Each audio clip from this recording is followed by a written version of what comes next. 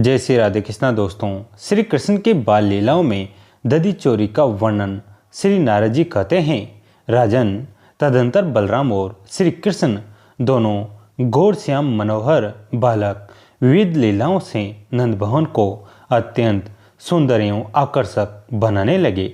मिथिलेश्वर वे दोनों हाथों और घुटनों के बल से चलते हुए और मीठी तोतली बोली बोलते हुए थोड़े ही समय में ब्रज में इधर उधर दौड़ने लगे। माता यशोदा और रोहिणी के द्वारा लालित पालित वे दोनों शिशु कभी माताओं की गोद से निकल जाते और कभी पुनः उनके अंग में आ बैठते थे। माया के बाल रूप धारण करके वे त्रिभुवन को मोहित करने वाले वे दोनों भाई राम और श्याम इधर उधर मंजीर और कर्दनी की झंकार फैलाते फिरते थे। माता यशोदा ब्रज बालकों के साथ आंगन में खेलते लौटते तथा धूल लग जाने से दूसर अंग वाले अपने लाला को गोद में लेकर बड़े आदर से झाड़ती पहुंचती थी।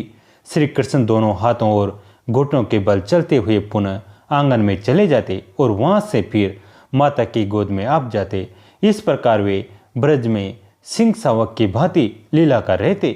माता यशोदा उन्हें सोने के ताबीज, जड़े, पीताम्बर और पीली झंगुली पहनाती तथा मस्तक पर दीप्तिमान रतनमय मुकुट धारण कराती और इस प्रकार अत्यंत शोभाशाली भव्य रूप में उन्हें देखकर अत्यंत आनंद का अनुभव करती थी। अत्यंत सुंदर बालोचित क्रीड़ा में तत्पर बाल मुकुंद का दर्शन करके गोपियां बड़ा सुख पाती थी। वे सुख स्वरूपा गोपा गनाए अपना घर छोड़कर नंदराज के गोष्ठ में आ जाती और वहां आकर वे सब की सब अपने घरों की सुध बुध भूल जाती थी। राजन, नंदराज जी के गृह द्वार पर कृत्रिम सिंह की मूर्तिमां देखकर भयभीत की तरह जब श्री कृष्ण पीछे लौट पड़ते, यशोदा जी ने अपने लाला को गोद में उठाकर घर के भीतर चली जाती थी। उस समय गोपियां व्रज में दया से धर्वित हृदय हो यशोदा जी से इस प्रकार कहती थी। गोप गोपानाएं कहने लगी, सुबह तुम्हारा लाला खेलने के लिए बड़ी चपलता दिखाता है, इसकी बाल के लिए अत्यंत मनोहर है।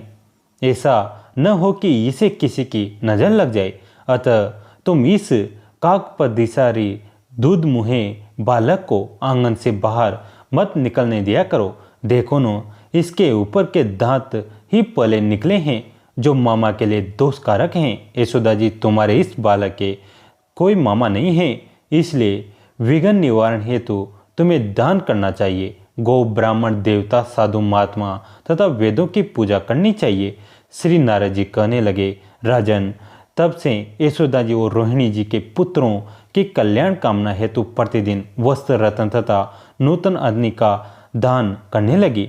कुछ दिनों बाद सिंह शावक की भांति दिखने वाले राम और कृष्ण बालक कुछ बड़े होकर गोष्ठों में अपने पैरों के बल से चलने लगे। श्रीदामा और सुबल आदि ब्रज बालक सखाओं के साथ यमुना जी के शुभ वालुका में तट पर तमालों से घिरे और कदम कुंज की शोभा में विलसित कालिंदी तटवर्ती उपवन में विचरने लगे। श्री हरि अपनी बाल लीला से गोप गोपियों को आनंद प्रदान करते हुए सखाओं के साथ घरों में जा जाकर माखन और घृत की चोरी करने लगे। एक दिन उपनंदन पत्नी गोपी प्रभवती श्री नंदे मंदिर में आकर यशोदा से बोली। प्रभवती ने कहा, यशोमती, हमारे और तुम्हारे घरों में जो माखन, घी, दूध, दही और तग्र हैं, उसमें ऐसा कोई बिलगाव नहीं है कि हमारा है और वो तुम्हारा है। मेरे यहाँ तो तुम्हारे कृपा प्रसाद से ही सब कुछ हुआ है। मैं ये नहीं कहना चाहती कि तुम्हारे इस लाला ने कहीं चोरी सीखी है।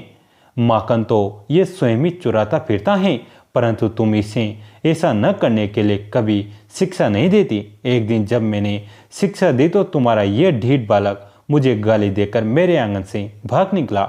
यह चोरी करे ये उचित नहीं है, किंतु मैंने तुम्हारे गौरव का ख्याल करके इससे कभी कुछ नहीं कहा है। श्री नारद जी कहते हैं, राजन, प्रभवती की बात सुनकर नंद गोहिनी यशोदा ने बालक को डांट बताई और बड़े प्रेम से सांत्वना पूर्वक प्रभवती से कहा। श्री यशोदा बोली, बहन, मेरे घर में करोड़ों गोये हैं। इस घर की धरती सदा गोरस से भीगी रहती हैं। पता नहीं यह बालक क्यों तुम्हारे घर में दही चुराता है। यहाँ तो कभी यह सब चीज़ें चाव से खाता ही नहीं प्रभावती। इसने जितना भी दही या माखन चुराया हो वह सब तुम मुझसे ले लो। तुम्हारे पुत्र और मेरे लाला में किंचित मात्र भी कोई भेद नहीं है।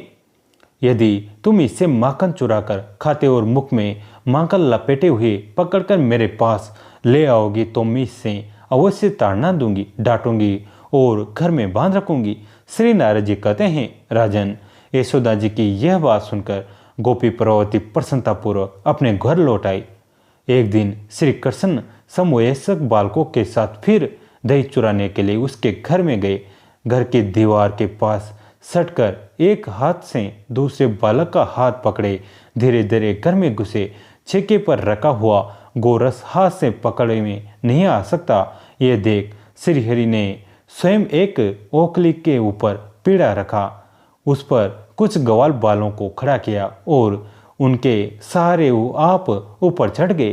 तो भी छेके पर रखा हुआ गोरस अभी और ऊंचे कद के मनुष्य से ही प्राप्त किया जा सकता था, इसलिए वे उसे न पा सके। तब श्रीदामा और सुबल के साथ उन्होंने मटके पर डंडे से प्रहार किया। दही का बर्तन फूट गया और सारा गव्य पृथ्वी पर बह गया। तब बलराम सहित माधव ने ग्वाल बालों और बंदरों के साथ वो मनोहर दही जी भरकर खाया। भांड के फूटने की आवाज़ सुनकर गोपी प्रभावती वहां पहुंची। अन्य सब बालक तो वहां से भाग निकले, किंतु श्री कृष्ण का हाथ उसने पकड़ लिया। श्री कृष्ण भयभीत होकर मिथ्य आंसू बहाने लगे। प्रभावती ने उन्हें लेकर नंद भवन की ओर चली। सामने नंदराय जी खड़े थे। उन्हें देखकर प्रभावती मुख पर घूंघट डाल दिया। श्रीहरि सोचने लगे, इस प्रकार जाने पर माता मुझे अवश्य दंड देगी। अतः उन स्वच्छांदित परमेश्वर ने प्रभावती के ही पुत्र का रूप धारण कर लिया। रोज से भरी हुई प्रभावती यशोदा जी के पास शीघ्र जाकर बोली, इसने मेरा दही का बर्तन फोड़ दिया और सारा दही लूट लिया। यशोदा जी ने देखा यह तो इसी का पुत्र है। तब वे हंसती हुई उस गोपी से बोली, पहले अपने मुख से घूंघट तो हटाओ, फिर बालक के दोष बताना।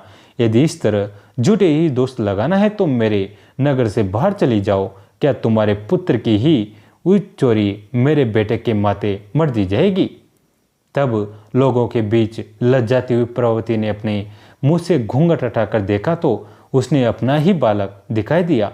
उसे देखकर वो मन ही मन चकित होकर बोली, अरे निगुड़े, तू कहाँ से आ गया?